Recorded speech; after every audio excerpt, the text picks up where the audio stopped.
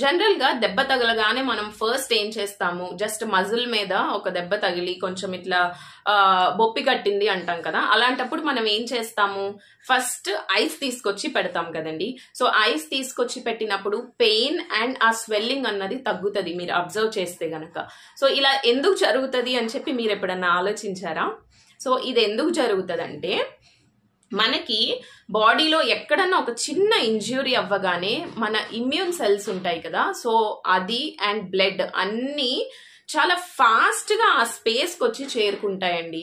ఎందుకంటే దాన్ని రిపేర్ చేయటం కోసం. ఆ పర్టికులర్ ప్లేస్ లో మనకి సెల్స్ గానీ లేదంటే బ్లడ్ గానీ ఎక్కువగా ఫ్లో అవుతూ ఉంటాయి. ఆ ఫ్లో అవ్వటం వలన అక్కడ స్వెల్లింగ్ వస్తుంది, పెయిన్ కూడా ఉంటది అనమాట. మనం ఐస్ క్యూబ్స్ పెట్టినప్పుడు ఏమవుతుందంటే అక్కడ బ్లడ్ సర్క్యులేషన్ కొంచెం స్లో డౌన్ అవుతుంది. స్లో అయినప్పుడు మనకి అందులో ఇమ్యూన్ సెల్స్ కూడా స్లోగా వస్తూ ఉంటాయి అనమాట. అలాంటప్పుడు ఏమవుతుంది, సర్క్యులేషన్ స్లో అయింది కాబట్టి సెల్స్ కూడా మనకి స్లోగా వస్తూ ఉంటాయి.